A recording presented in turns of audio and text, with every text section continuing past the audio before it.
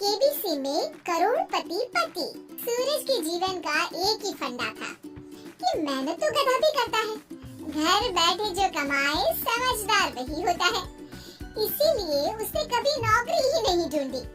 इस बात से हालांकि उसकी पत्नी शिखा बिल्कुल भी अग्री नहीं करती थी, पर फिर भी सूरज को समझाना बेकार था।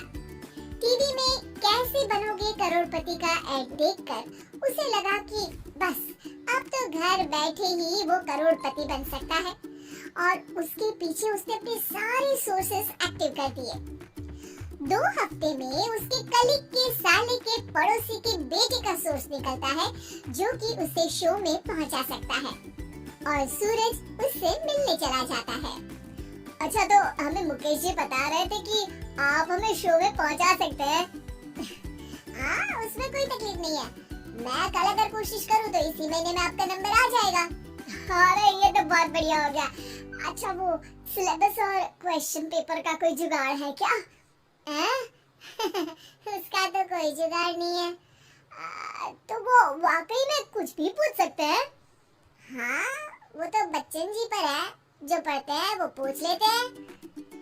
पहली कोशिश फेल होने पर अब सूरज के सामने एक बहुत बड़ा सवाल था कि आखिर जवाब कहां से लाए। तब शिखा ने एक सजेशन दिया, क्यों ना सूरज अपने चचेरे भाई सुमित से मदद मांगे, जो कि यूपीएससी की तैयारी कर रहा था। हालांकि इतनी मेहनत करना सूरज को समझ में नहीं आता था, पर कोई और रास्ता ना मिलने पर वो आखिर सुमित से बात करता है।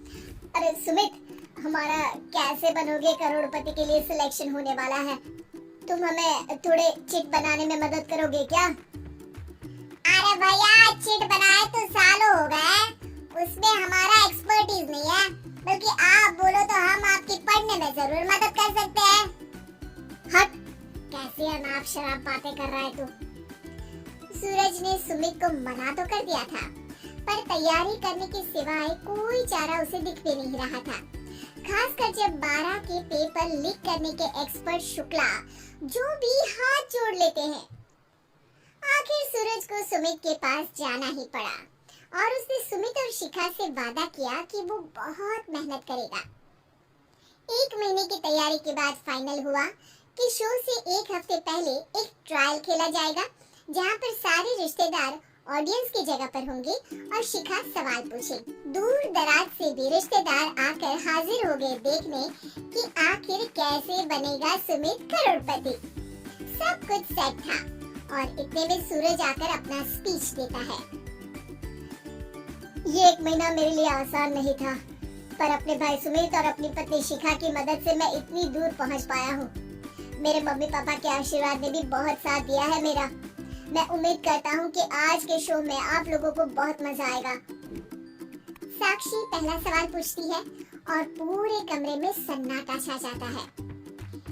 इंडिया में कितने स्टेट्स हैं? 3, सॉलिड, लिक्विड और गैस। अरे रुकिए, तो ऑप्शंस तो देने दीजिए।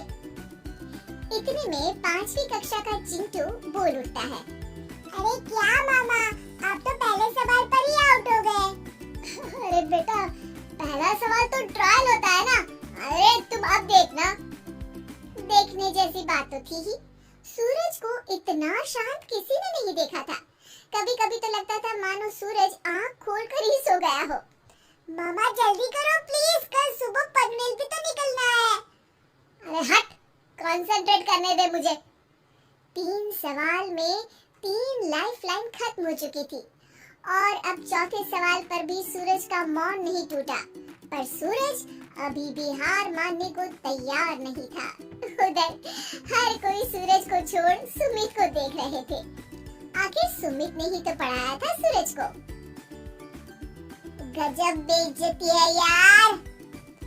अरे बेटा, तो बाप का, दादा का, भाई का, सबका नाम बुड़वाएगा।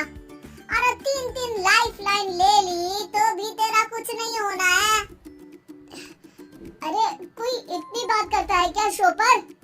अरे बेटा, शो पर तेरे जैसे भी तो नहीं आते ना।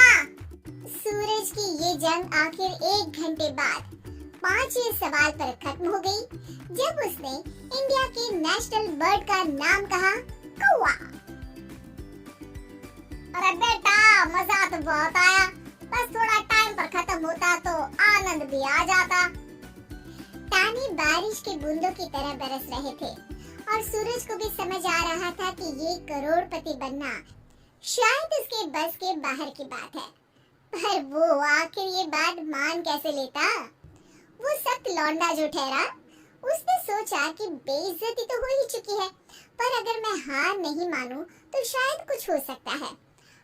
शिखा तुम देखना, असली शो में आग लगा दूंगा, आग, करोड़पति बनूंगा मैं। हाँ, सब्जियां खत्म हो गई है घर पे, ले आओ, पहले पति बन जाओ फिर करोड़पति बनना। अरे गजब बेइज्जती है यार। बेटा अभी तो घर पर ही हुई है, एक हफ्ते में तो तुम देश के सामने करवा कर आओगे।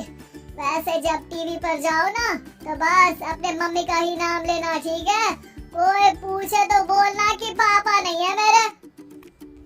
अरे पढ़ाई की, पेपर निकलवाए, इतने सारे लोगों को खाना खिलवाया, क्या फर्क पड़ा? इसीलिए मैं कहता हूँ कि मैं